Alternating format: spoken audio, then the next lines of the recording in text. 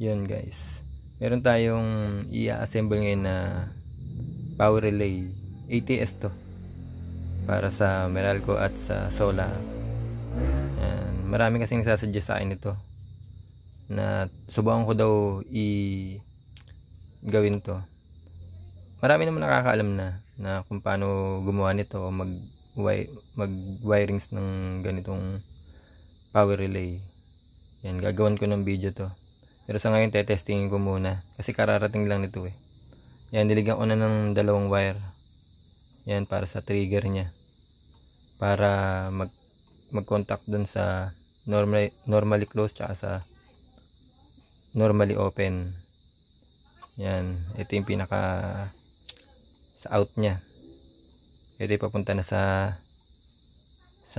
supply ng bahay, yung sa taas diyan. Yan.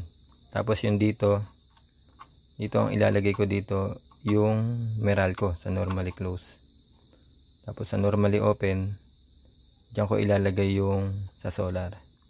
Ayan, sa ngayon testingin muna natin to. Ayan, niligay ko lang yung isang wire sa negative, yung isang wire sa positive. Wala namang polarity to kahit magkabaligtad dyan, walang problema. Ayan, testingin natin. Ayan.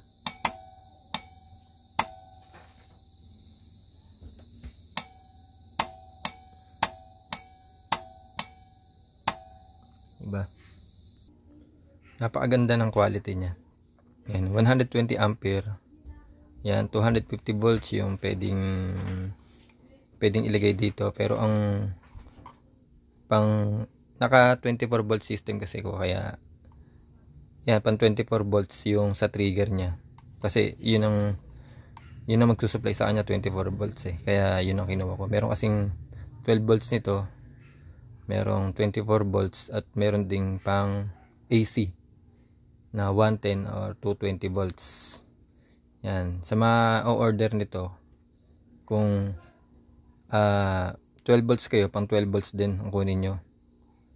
Tapos kung 24 volts, 24 volts din.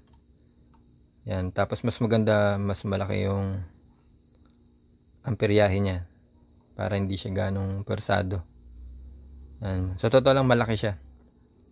Malaki siya kasi siguro yung taas niya 3 inches. Tapos yung lapad niya 2 inches. Halos hindi na nga magkasya rito eh. Yan. Hindi siya magkasya. Kasi bala ko dito ilagay. Pero magagawa ko naman siguro ng paraan dyan. Para hindi siya makalatignan. Yan. Wawiringans ko na to para ma-test na.